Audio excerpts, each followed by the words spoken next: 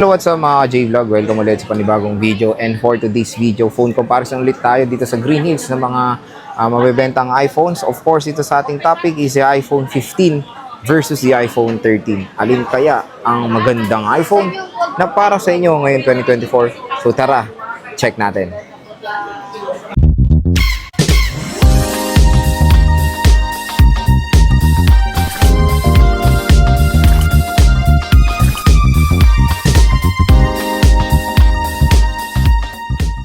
So yan, very interesting itong ating phone comparison dahil napakalayo na ng laktaw. iPhone 13 versus iPhone 15. So yon, available na rin ng 15 series pre-love dito sa Green Hills. Meron din naman mga available sila Ate Annette, Ate Mayet, and of course Ate Malin ng mga pre-love na iPhone 15 series. So yun nga, marami ring may gusto ng iPhone 15. Tapos marami rin ding nagkaka-interest sa iPhone 13. So for sure merong namimili between dito sa dalawang smartphone na to. Nilaktawan nila yung 14 kasi laktawan nyo na yung 14 kasi same lang naman yung iPhone 13 tsaka iPhone 14. Hindi naman sila ganun kalaking difference. Kaya dito tayo ngayon comparison iPhone 13 and iPhone 15. So when it comes sa presyo, napakalayo ng kanilang price difference. So iPhone 15 naglalaro to sa 39 to 40,000 pesos, 128 gigabytes pre-love. So syempre kasi ito po yung latest model ngayon ng iPhone, yung 15 series, kaya medyo expensive pa talaga siya sa market. Matic, lumabas ang iPhone 16. 2025, babagsak na presyo nito. Pero syempre iba hindi na makapaghintay, di ba? Kaya nagpe-purchase sila ng mga affordable din na pre-love na iPhones dito sa Green Hills. So malayo rin naman ang presyo ng iPhone 15 pre-love sa brand new, kaya don't worry mga ka-J-Vlog. And ang maganda dito is sa 13, napakalayo ng difference. Yung iPhone 13 na 128 pre-love ay naglalaro sa 23 to 24,000 pesos. So, di ba, napakalayo ng price difference sila. When it comes sa design ng camera module, tingnan nyo naman, parehong-pareho lang. Siyempre, matik, mas malaki ang lente ng iPhone 15 compare sa iPhone 13. Pero, saan ba tayo makakabili ng mga legit na mga iPhone sa Green Hills? Wala na iba kundi sa mga vlog natin mga shop. CMB Gadgets, kay Ate Mayet. ZMB Cellphone and Accessories kay Ivana. And of course, Malin Gadget Shop, Stall XE7 kay Ate Malin. So, yun nga, pag bumili kayo ng mga iPhone sa mga shops na yan, ay sabihin nyo lang napanood nyo sa vlog, automatic po na meron kayong 500 pesos na cash discount. And hopefully, itong ating phone comparison ay makatulong sa inyo sa inyong buying decision when purchasing the iPhone 13 or the iPhone 15. So, ngayon, start tayo ngayon sa, of course, when it comes sa successor, iPhone 15. Siyempre, marami tong upgrades sa iPhone 13 and iPhone 14. So, yun ulitin ko. In-skip na natin yung 14 kasi yung 13 and 14 ay parehong-pareho lang naman yan. So, parang imagine niyo na rin iPhone 14 to na mas murang halaga. So, first is yung advantage or yung mga upgrades ng iPhone 15 dito sa iPhone 13. O kung bakit worth it na ba mag-upgrade ngayon. So, tingnan natin. First of all is the chipset. So, sa chipset, isang generation na lang po pinagkaiba nila. Apple A15 Bionic chip versus the Apple A16 Bionic chip. So, yung chipset nito ay matatagpuan din natin sa chipset ng 14 Pro series. So, parang 14 Pro Max-ish na rin itong iPhone 15. So, Apple A16 Bionic chip, tapos Apple A15 Bionic chip. Upgrade is the chipset. Yan yung number 1 dyan. So, parang 14 Pro Max na nga siya. Number 2 sa camera. Napakalaki ng difference sa camera mga J-Vlog. Ito talaga yung major upgrade sa mga base model ng iPhones dahil yung main megapixel ng front ng rear camera ng iPhone 15 is 48 megapixels. So yes, yung camera na matatagpuan sa iPhone 14 Pro series ay makikita na rin natin sa base model ng iPhone 15. iPhone 13 is yung yung matatagpuan natin sa 12 megapixel na main camera. So layo, 12 megapixel versus 48 megapixel. Sensors din, of course, mas maliit ang mas mababa ang sensor ng iPhone 15. So better in low light. And syempre mga J-Vlog, sa aperture nga, mas mababang aperture ng iPhone 15 compare sa iPhone 13. Sa screen, dito rin ang pinagkaiba, major na pinagkaiba, bebam. So, iPhone 14 Pro series na talaga to. So, meron na siyang dynamic island, ang iPhone 15, compare sa iPhone 13 na merong notch display.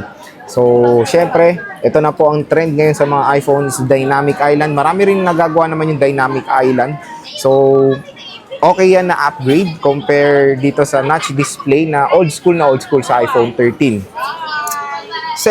Third is the finish. Matte glass finish compare sa glossy glass finish. So for me, kung ako tatanong, mas prefer ko yung matte glass finish mga J-Vlog.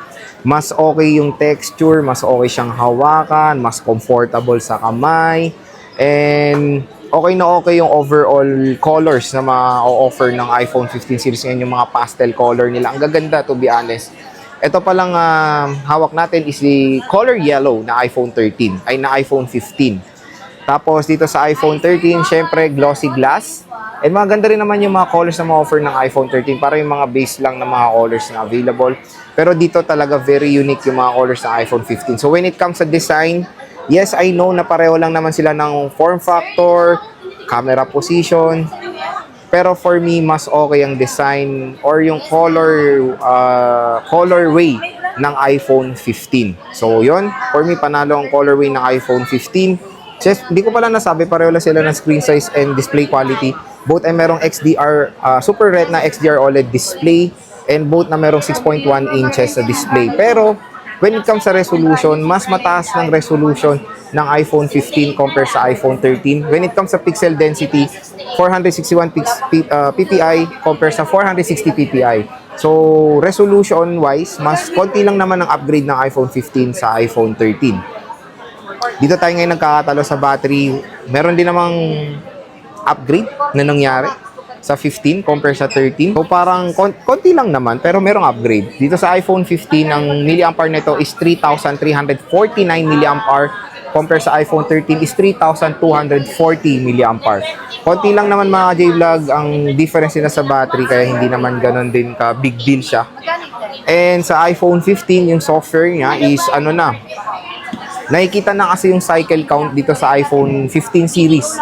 Kahit sa 14 Pro Max, hindi nakikita yung cycle count. Hopefully, sa mga next future updates ng iPhone or sa iOS 18, ay lumabas na yung cycle count. Kasi mas maganda yun eh. Tingnan nyo to. Sa iPhone 15, sa iPhone 15, nakikita na natin dyan yung cycle count, kung ilang beses siyang na-charge, and kung kailan natin siya first na gamit. So, ito for example, ginawa siya or na-manufacture siya ng February, first siyang nagamit noong May 2024. So, isang buwan pa lang. So, ito yung maganda sa iPhone 15 series. Nakikita na natin lahat. Kung kailan siya na-on, kailan din yung cycle count, or ilan na yung cycle count, na hopefully, malagay siya sa mga ibang iPhone sa iOS 18. Di natin sure. Kasi so far sa iOS 17, kahit sa 14 Pro Max, hindi po natin nakikita yung ganitong status. So, yun yung mga few upgrades naman na meron dito sa iPhone 13 and sa iPhone 15.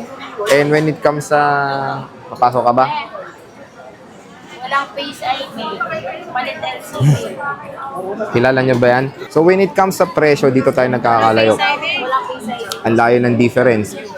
Kung ako tatanungin, for me, budget-wise, syempre, mas okay ang iPhone 13. Hindi naman din kasi ganun siya maraming upgrades na nangyari. Tapos, so dito na tayo ngayon magkakatalo sa presyo. Ang layo kasi ng difference.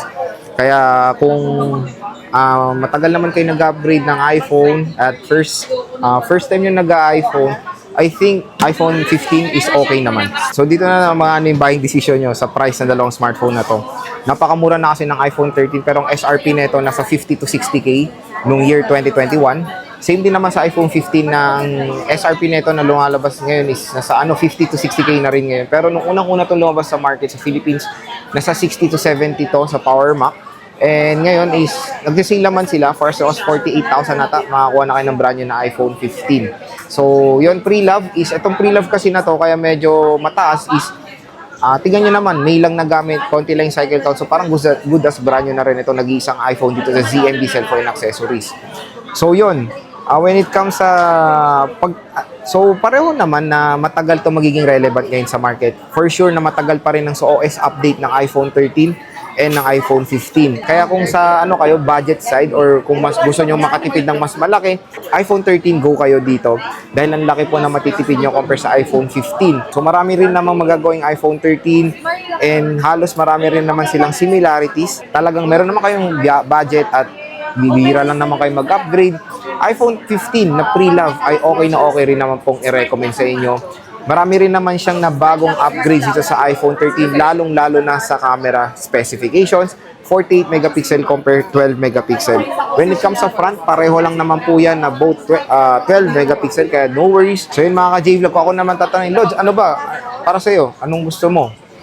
13 ba or 15? Ito nga. For me, okay silang dalawa, to be honest. Napakaganda nila. Ito na lang eh. Depende na lang yan sa inyong buying, ano yan. Depende na lang sa preference nyo. Ito sasabihin ko sa inyo. Kung gusto nyo makatipid, syempre go for the iPhone 13. Don't worry, matagal pa itong magagamit. Kung gusto nyo ng upgrade na talaga at latest na iPhone, syempre go for the iPhone 15. Napakamura na rin dito sa Greenwich. So yun mga J-Vlog, both phone, don't worry, magtagal pa rin naman itong magagamit at napaganda pa rin itong dalawang smartphone na to.